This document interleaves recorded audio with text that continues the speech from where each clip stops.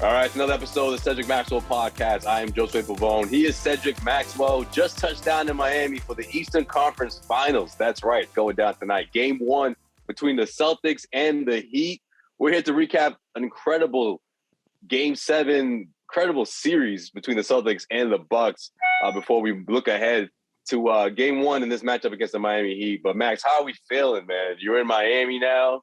You're far from Milwaukee where you were for Game 6. We'll get into that too as well, because we got to talk about what Jayson Tatum did over there in Milwaukee. But man, what a performance in Game 7 from Grant Williams. The performance of his career, 27 points in this one, 7 3-pointers. Those Bucks were challenging him to shoot, and he didn't disappoint. He kept shooting, and man, did it go a long way for this Boston Celtics team. They won against the Milwaukee Bucks, a blowout, 109-81. By the fourth quarter, Paul Pierce and them was dancing. Max, I know your son was in the building. Man, take me through Game 7. What was it like for you at TD Garden? Great. Game 7 was so exciting. Like you said, first of all, you're a little nervous.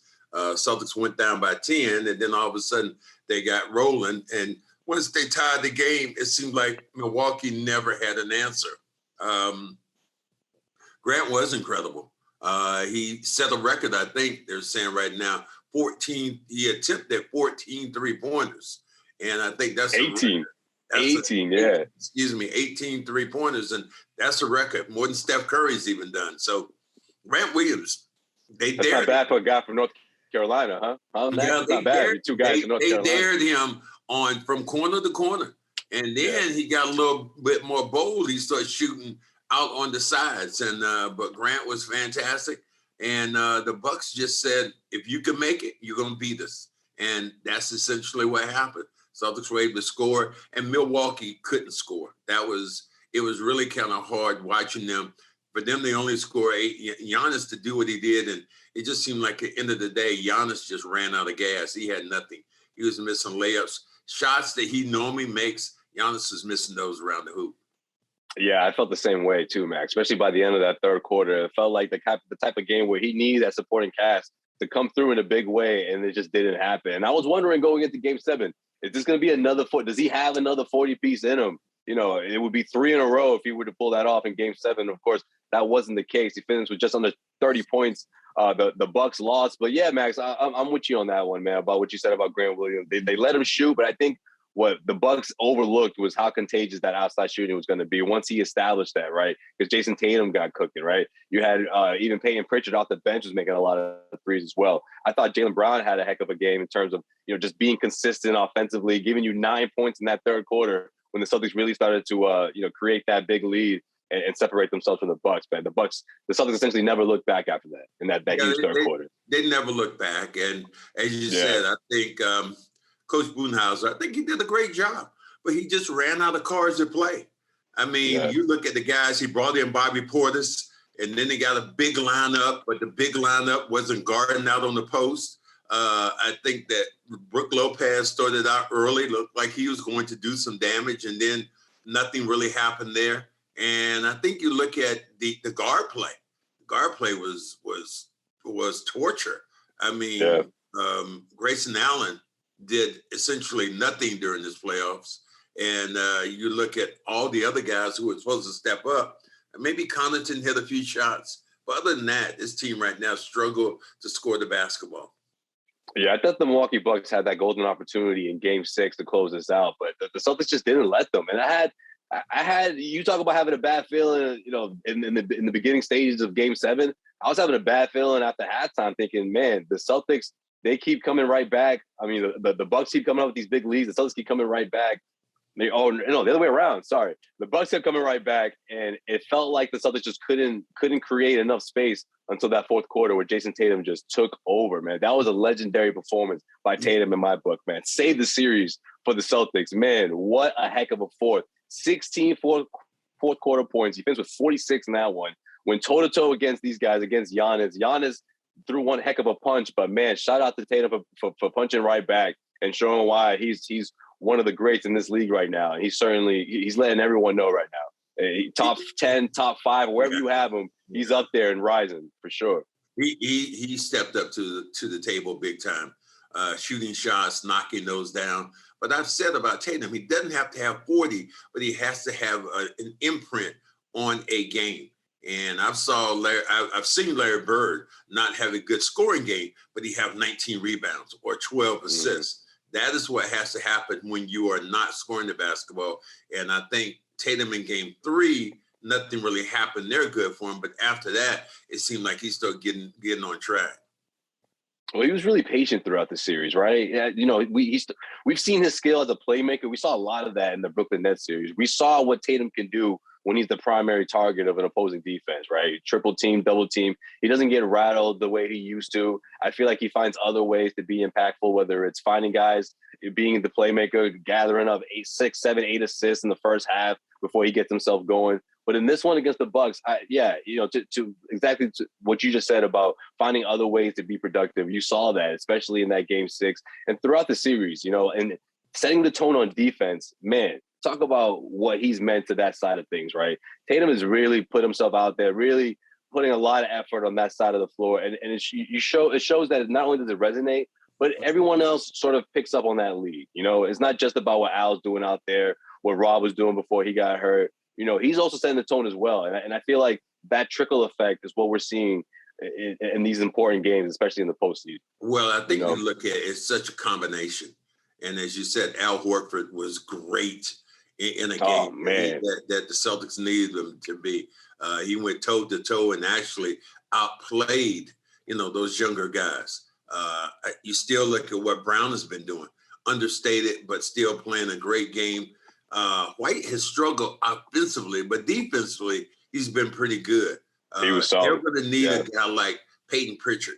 If Peyton Pritchard can score the basketball the way he did in Game 7, I tell you what, they're going to be in really good shape in attacking the rim and getting some things going. That's a great way to transition into this matchup, right? Into the Eastern Conference Finals. Celtics Heat. A much different team compared to the Milwaukee Bucks, but let's start right there. What you just said about the guard play, the backcourt, if you will, and the second unit. I think this is a much deeper team compared to what we saw against the Milwaukee Bucks.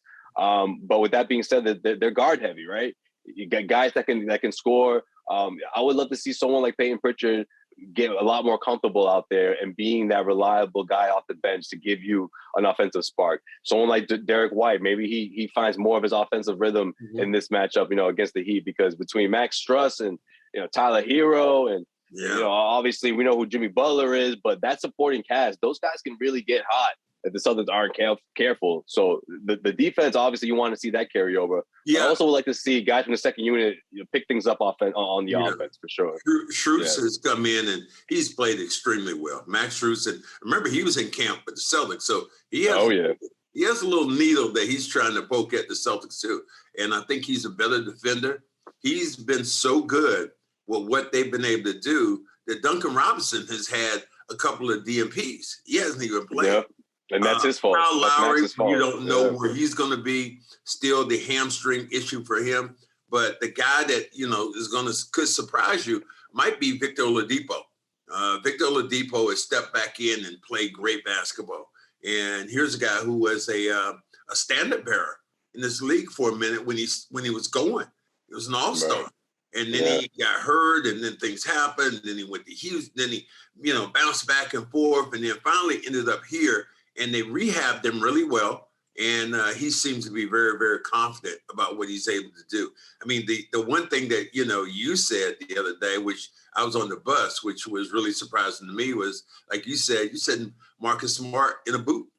I was like, when did this happen? I was like, I saw it at the game 7. At the game, I'm like, I didn't see. And then the day when we got off the bus, we got off the plane, got off the bus, Marcus Smart was in front of me. I was like, damn, has he got a boot on?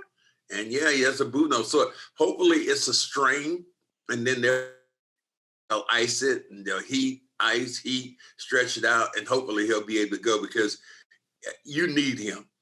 Yeah, you do, especially when you just named those guards that you just named, guys that can put the ball on the floor, guys who aren't just restricted to just shooting three-pointers. You need someone like that can stay in front of them. And that guy is, of course, Marcus Smart, a big part of the defense. And, Ime was asked about it. Our Bobby Manning, CLNS Media's Bobby Manning asked him about it. and about Marcus. And he said, yeah, Marcus has suffered a midfoot sprain. He's questionable for game 1. He's not ruled out, but doing a little research on this type of injury, I mean, there's a good chance that he that 2 days, that 1 day off in between, or a couple of days between game 7 and game 1 may not be enough. So we might not see Marcus tonight, but the good news is that he did undergo an MRI, and the results are negative. So there's no structural damage there. That's always good news. But no one wants to hear Marcus Smart going through an MRI right before the Eastern Conference Finals. But that's just where we are, right? But yeah, man, I saw him wearing that boot, man. I was like, I give him one of these, and Marcus was just like, we'll see what happens. This is obviously before the MRI. It's right after game 7. So luckily that news Monday morning was positive for Marcus, for sure. Well, yeah, him being controlling the initial point of attack, the Celtics going to need everything they have to beat this Miami team here. And I think that what you're looking for, if you are the Celtics, you want to try to get a split down here. Miami's going to be the rest of the team. Obviously, you had a grueling 7-game series, but sometimes when you continue to play, you don't get rusty. You go right back into it. Your body's on automatic. So I think the Celtics will be fine coming in. Not a lot of rest, but, down here in Miami, they had about a 3.5-hour flight, because with the delayed in Hanscom, then it was pretty much 3 hours plus getting down here. So probably a total about 4 hours actually from the time we left Hanscom to the time we landed here in Miami, getting to the hotel. So a long day for this Celtic team, and then to get up and then to go have to play tomorrow night. But at least it's at 8:30. It gives you a little bit of a chance to rest, and it should be really good. Yeah, for sure. I think it will be. The way these two teams match up, man, it's going to be a lot. And I just hope that physicality carries over from the Celtics, because what they've been doing on defense, they're going to need that against this Miami Heat team. This is a disciplined team. These guys can run. They've been through it. They can fight. They obviously went through the NBA Finals a couple of years ago, and here they are, Celtics and Heat, to top off this revenge tour, right, Max? The last time the Celtics were in the Eastern Conference Finals, it was against this Heat team that was led by Jimmy Butler. But what does Bam Adebayo play? What role does he play in all of this? Because let's face it, Max, he's not the same Bam we saw 2 years ago. At least he hasn't been playing like it. And, well, I think what he is now. It'll be interesting. Yeah, they changed their game. They will knock down a bunch of treys, and he is not a 3-point shooter. He's a guy who wants to attack the rim, and he will get offensive rebounds. So you've got to put a body on him. Daniel Tice, that was his nightmare.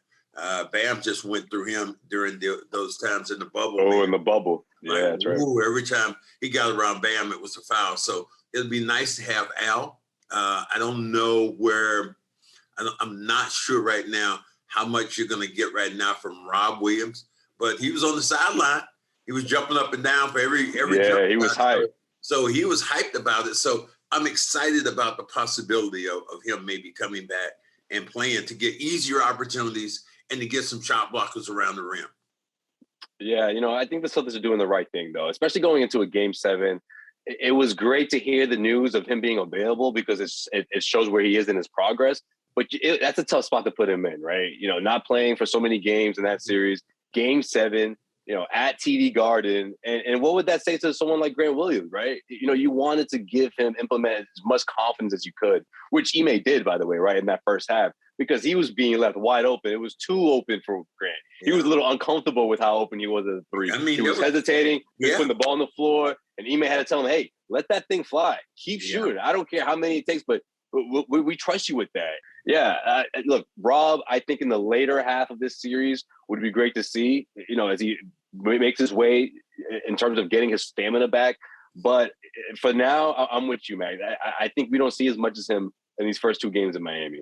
I don't think so. The guy who stocks same is you look at the other Williams and you said, man, Grant his stock is going up, because in today's NBA, he plays a perfect complementary role. He passes the ball. He knocks down shots. He's effective on the defensive end. He can stretch you out, but he's intelligent enough to drive towards the rim, shooting about 85, 90% from the free throw line, about 40% from each corner from the 3-point line. he's been fantastic when you watch what he's been able to do and his ability to knock down shots. So how you feeling this one, Max? Give me your prediction. Eastern Conference Finals prediction. This is the Final Four. Celtics are back in it. It's been 2 years, but these ain't the same pups we saw in the bubble a couple of years ago, right? So where do they stand in this series? I like them in the series. I like them in 5. I think if they can come out, it's going to be critical. First game of the of this series is going to be critical down here because you want to get Miami on his hunches, back on his heels. And the thing that Miami, they're front runners, man. When things are going well, when you get Hero, dribbling, high stepping, and Jimmy Butler doing what he does, this team you need to punch them in the mouth early. I'm with you, Max. I'm with you, and I'm with you. And them splitting these first 2 games. I don't know if they can win both, but that physicality and being that aggressive on defense, I think that does carry over. And I see this other stealing one. I do have this others in 6 though. I think they wrapped this up at TD Garden in Game 6. I don't think they go back for Game 7, which would be on Sunday. It would be on the Sunday of Memorial Day weekend, Max. It would be nice. A great way for Celtics fans to spend this Sunday seeing the Celtics win a Game 7. But I don't think it goes that far. I don't. I think the Celtics wrap it up in 6. But this isn't going to be easy. I think a lot of these games are going to be down to the wire, and it's going to really push the Celtics to get a lot more comfortable in those those last couple of minutes of regulation, where I feel like that's when they have to really buckle down defensively and make those decisions that sometimes they're not always comfortable with, right? I feel like a lot of the times the Celtics, when they were gathering when they're stacking up those wins and when they were really in stride, they were beating teams by 4 to 6, 7 points, or even more than that. It was a blowout. So I want them to get a little much more comfortable when the game's tighter, when it's only 2 minutes left to play. Well, let me 2-point game. I think that happens in this series more often. But let me ask you this, and I don't mean to, move on, but I'm gonna move on a little bit. What the hell happened down in Phoenix? No, we can go there. Max, because I was dumbfounded, man. Coming back home, watching this thing, I'm like, does that score say what it really says? From the score is that? Yeah, right. Yeah. That was me. It looks like is this Chris Paul's window just closed all of a sudden? Because I think this is his best shot this time because, you look at some of the teams who aren't going to be there. They won 60 plus games. And then all of a sudden they get, to be at home for Game 7 and to be down by 40, 45 points. I've never seen anything like it before. I've never seen anything like with that kind of pedigree and, essentially having, their star players and nothing go right for them. It was just hard to watch. It was hard to watch, man, unless you were down. It just looked like they got punked, Max. It looked like they just didn't have the effort, especially someone like Booker. I was shocked to see him. What do you have, like 5 points at halftime and just really just going through the motions, but not fighting. I don't know. I was surprised by the lack of fight, and to see Chris Paul the way he was, man, like from the guy he was in the beginning of the series to who he is now, it's like it does. I guess it does drop off like that, but that happened quickly. It went like it just took a And somebody was telling me, said, well, Chris Paul got to be 37. It was like, boom. It's like exactly. He just went over the hill. He couldn't knock down jump shots. They pressured him. It was hard for him to get the ball up. The guy who guarded him was one of my homeboys, Reggie Bullock. Did a great job. He was he's staying in front of Chris to bother him, make a couple of steals, and it just made it real uncomfortable because Chris Paul is the quarterback of that team. He sets the tone. He sets Booker up. He sets Aiden up. He sets all these shooters up, and they had nothing at all in the tank, man. It was one of the most bizarre games I could think of any seventh game that a team has ever played. Especially for a team that was the favorite in it, right? The Phoenix Suns, the team that was number one pretty much throughout the whole regular season, and for them to lay an egg like that. And look, I had a feeling they were in trouble heading into Game 7. Obviously, we know what Luka can do, and that supporting cast. And man, Jalen Brunson is just taking things to a whole nother level in terms of what you expect from one of those guys. But I didn't expect that from Phoenix, man. Well, they just laid an egg. If you had Phoenix and Milwaukee in the finals, well, you just lost some money because, obviously they're not going to be there. And I don't think anybody had Celtics going there. I remember you and I talked and we said, what was the best case? I was thinking, what was the best case scenario for the Celtics? That was to get to the Eastern Conference Finals. That was just to get there. Now that they're there and they're playing the way they are, this team has an excellent opportunity to go out and win. I think in Vegas right now that the odds are Celtics are second to Golden State. But man, it would be a one hell of a series. But to get out of this one first in Miami, it should be tough. It should be physical because Miami Heat, they're smart.